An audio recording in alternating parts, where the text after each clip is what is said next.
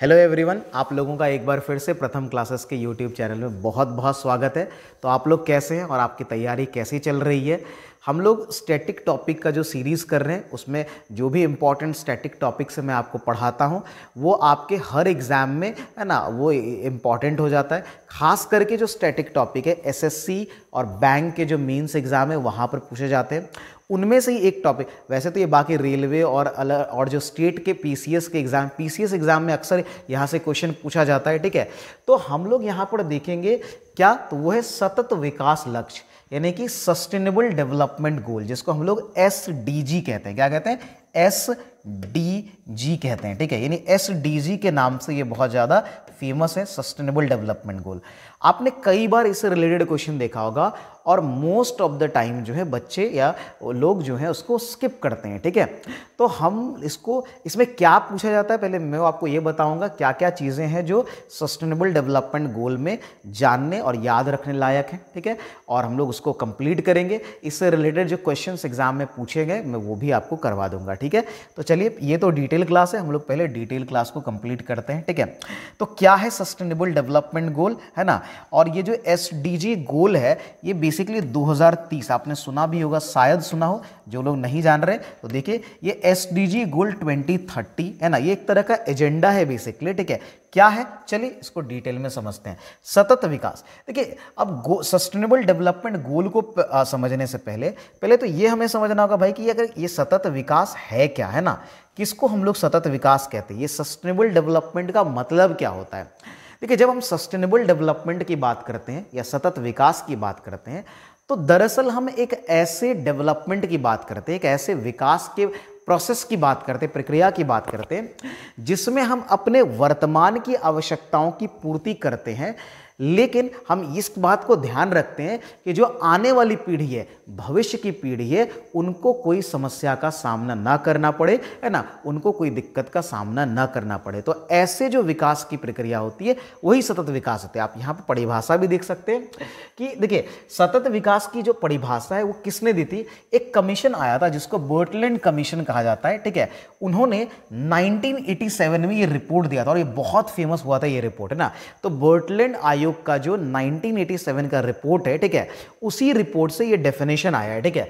तो उस रिपोर्ट में सतत विकास को लेकर के जो परिभाषा दी, इसी परिभाषा को बाद में स्वीकार कर लिया गया, है ना, यूनाइटेड नेशन के द्वारा। और वो क्या है? वो कह रहा है कि विकास की ऐसी प्रक्रिया जिसमें हम क्या करते हैं, वर्तमान पीढ़ी की आवश्यकताओं को भविष्य की पीढ़ी की क्षमता से बिना समझौता किए जब हम पूरा किया जाता है या पूरा करते हैं तब ये सतत विकास कहलाता है। बात समझ में आ रही है?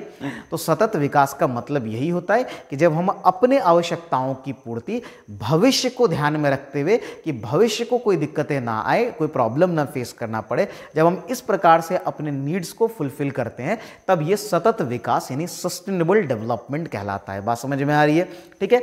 अब सस्टेनेबल डेवलपमेंट आज के समय में आपको पता ही है कि ये बहुत बड़ा मुद्दा है। क्यों मुद्दा है? क्योंकि जिस तरीके से संसाधनों का जो हमने शोषण किया या दोहन किया, ठीक है, पिछले 100-200 वर्षों में, है ना, जो ह्यूमंस ने किया, उससे देखिए हमारी वर्तमान आवश्यकता तो पूरी हुई, है ना, हमने उसमें विकास भी किया, लेकिन कहीं ना कहीं जब यही रिसोर्सेज जब फ्यूचर में नीडेड होंगे, जो फ्यूचर को जब जरूरत होगी इन चीज़ों की, तो उनके लिए वो अवेलेबल नहीं हो, क्योंकि हमने उसको पूरी तरीके से कंज्यूम कर लिया, ऑलमोस्ट हमने कंज्यूम कर लिया। तो ऐसे में क्या है, हमने इसके साथ एक तो हमने रिसोर्सेज को कंज्यूम किया और उन रिसोर्सेज के कंजम्पशन में उसको खत्म कर दिया, और साथ में उसके दोहन में, उसके उपयोग में हमने प्रदूषण क्रिएट किया, हमने जो एनवायरनमेंट है उसको कहीं ना कहीं उसको, है ना, डिग्रेड किया। वो भी आने वाले भविष्य, आने वाले पीढ़ी के लिए क्या एक नुकसानदायक है। तो इस तरह की चीजें हैं और इन चीजों पर रोक लगाना ही जो है वो सस्टेनेबल डेवलपमेंट गोल का जो है मेन टारगेट है, ठीक है, उसके एम्स यही है। बात समझ में आ रही है? तो ये सतत विकास हमने देखा, क्या सतत विकास क्या है। अब हम लोग समझते हैं इस सस्टेनेबल डेवलपमेंट गोल के बारे में और ये कहां से आया, ठीक है, और ये भी हम लोग समझेंगे। ठीक है। वैसे तो ये जो सस्टेनेबल डेवलपमेंट गोल है ये 2015 में आया, ठीक है। 2015 से 2030 का इसका टारगेट है, 15 वर्षों का ये इनिशिएटिव है, ये एजेंडा है। लेकिन देखिए सतत विकास या सस्टेनेबल डेवलपमेंट जो है ये पहली बार जो अगर आप देखें कि वो फर्स्ट टाइम जो वो यूज में आया, ठीक है, वो एक स्टॉकहोम कॉन्फ्रेंस हुआ था, ठीक है। ये उसमें पहली बार जो है वो न्यूज में आया। किस में आया था? तो वो था आपका स्टॉकहोम कॉन्फ्रेंस, ठीक है। बात समझ में आ रही है? किस में आया था हमारा? तो वो था स्टॉकहोम कॉन्फ्रेंस, ठीक है। अब एक चीज यहां देखिए, इसके बाद जो है एक इंपॉर्टेंट सबमिट हुआ, ठीक है, और वो सबमिट था आपका, अगर आपने सुना होगा, अर्थ सबमिट, है ना। सबसे पहले एक तो स्टॉकहोम कॉन्फ्रेंस आया 1972 में, ठीक है।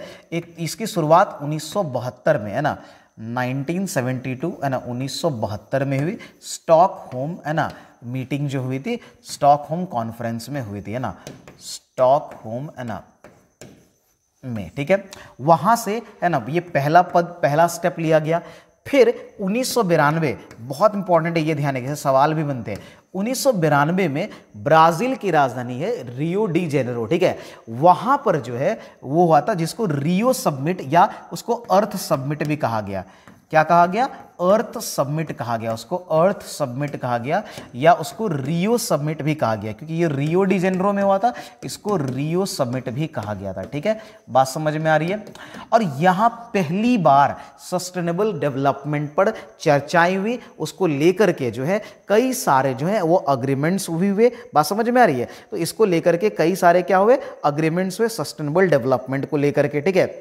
और इसमें ब्रुटलैंड कमीशन का जो वो रिपोर्ट था, उस रिपोर्ट को, उस सिफारिशों को माना गया, स्वीकार किया गया। बात समझ में आ रही है?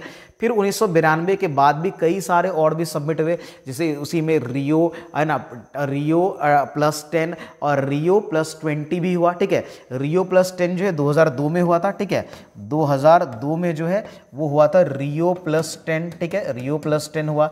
फिर आपका 2012 में, अभी इसी से रिलेटेड भी है, यहां पर देखेंगे 2012 जो है उसमें रियो प्लस, इसमें जो है आपका रियो प्लस, इसमें क्या हुआ था? रियो +20 जो है ना, ये भी मीटिंग हुई थी रियो +20 2012 में, ठीक है, जहां पर इसको स्वीकार किया गया था, ये जो सस्टेनेबल डेवलपमेंट गोल देख रहे हैं इसको स्वीकार किया गया था, ठीक है। अच्छा, रियो सबमिट या जिसको अर्थ सबमिट 1992 बोलते हैं, इसी में यहीं से ये एजेंडा की शुरुआत हुई थी। इसी में आपको अगर याद होगा या आपने पढ़ा होगा कहीं, तो आपने एजेंडा 21 सुना होगा, या आपने एक्चुअली ये हमारा जो एनसीईआरटी के बुक में भी क्लास 10th में भी इसके बारे में मेंशन है, एजेंडा 21 के बारे में, ठीक है।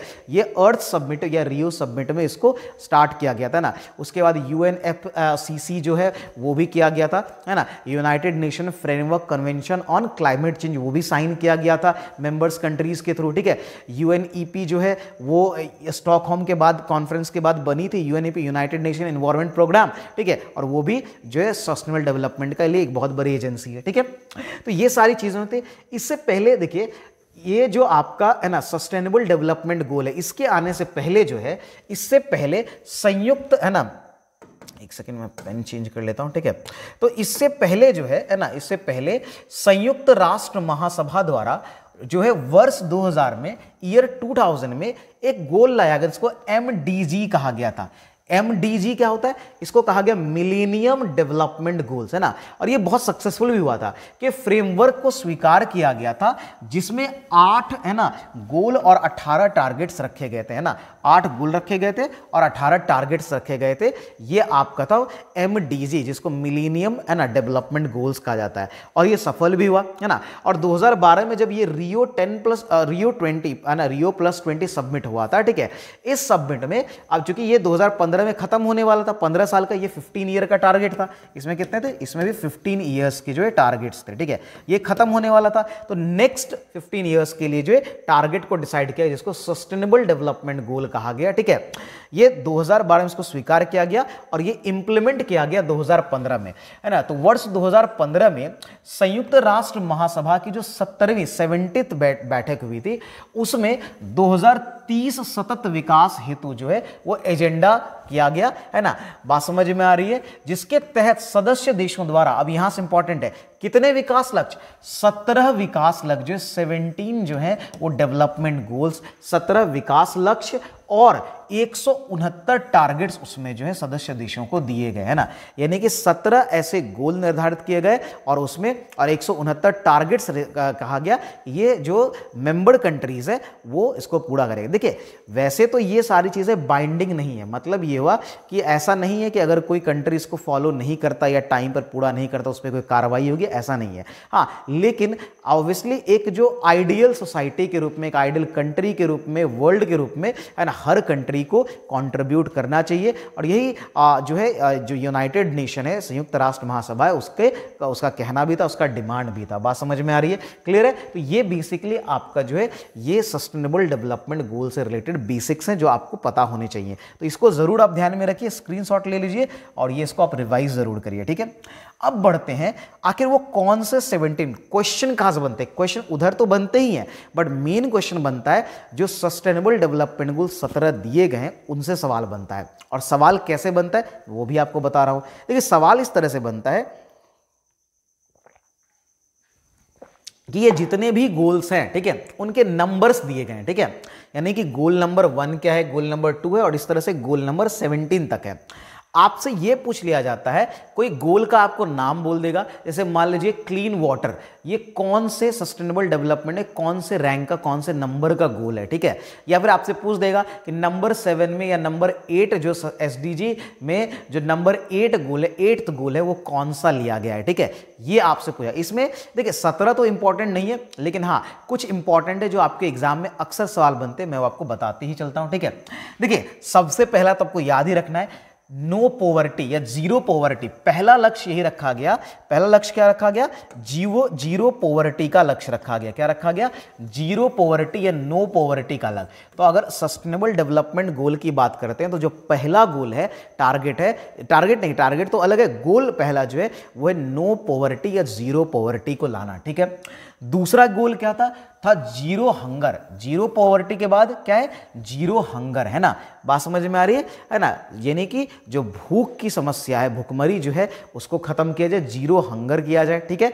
तो देखिए नो पॉवर्टी हो गया पहला, दूसरा क्या हो गया? Zero hunger. तीसरा जो है ग्लोबल हेल्थ वेलबींग, है ना, तीसरा भी उतना ही इंपॉर्टेंट है, ठीक है। तो ये हो गया हमारा ग्लोबल हेल्थ एंड वेलबींग, है ना, यानी हेल्थ और वेलबींग सिंपल आप ये बोलिए, है ना, हेल्थ एंड वेलबींग, ये तीसरा हमारा गोल था, ठीक है। चौथा गोल है क्वालिटी एजुकेशन। बात समझ में आ रही क्या है हमारा? चौथा हमारा सस्टेनेबल जो गोल है, डेवलपमेंट गोल एसडीजी जो है चौथे नंबर में, वो है क्वालिटी एजुकेशन। पांचवा हमारा है जेंडर इक्वालिटी और छठा हमारा है क्लीन वाटर। ये 6 तो कंटिन्यू आपके इंपॉर्टेंट है। यानी कि पहला हमारा क्या हो गया? नो पॉवर्टी या जीरो पॉवर्टी। दूसरा जीरो हंगर हो गया। तीसरा क्या हो गया? हेल्थ एंड वेलबींग हो गया, है ना। उसके चौथा हमारा क्या हो गया?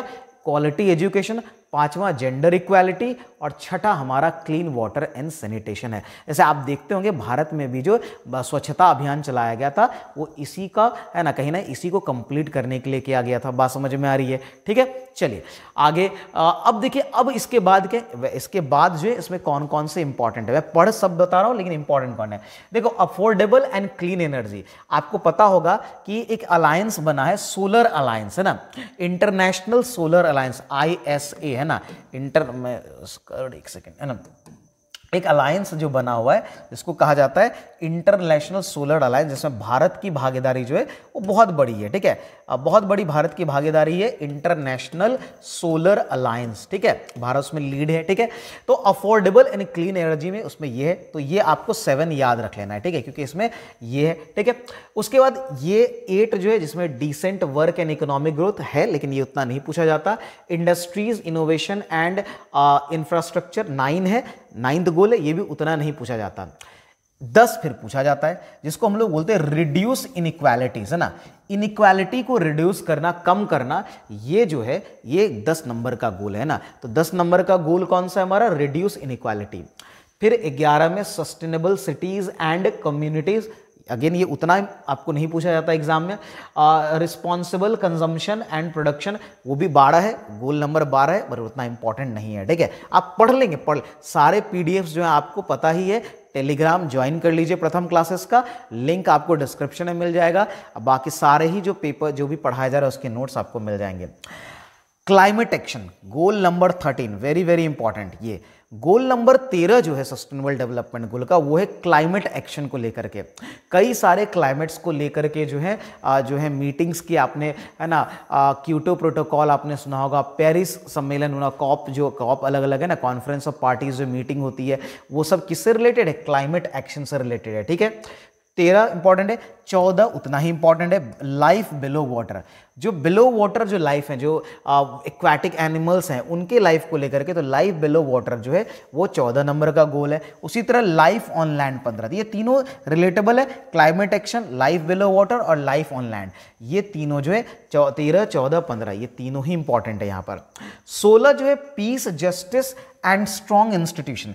ये थोड़ा इंपॉर्टेंट हो गया, कब हो गया? जब से ये रशिया यूक्रेन का वॉर हुआ, उसके बाद आपको पता है इजराइल फिलिस्तीन का वॉर हुआ, तो वहां से कहीं ना ये जो 16th हमारा गोल है वो न्यूज में आया कि आखिर क्या हम उस गोल की तरफ बढ़ रहे हैं या हम उल्टे डायरेक्शन में जा रहे हैं, ठीक है।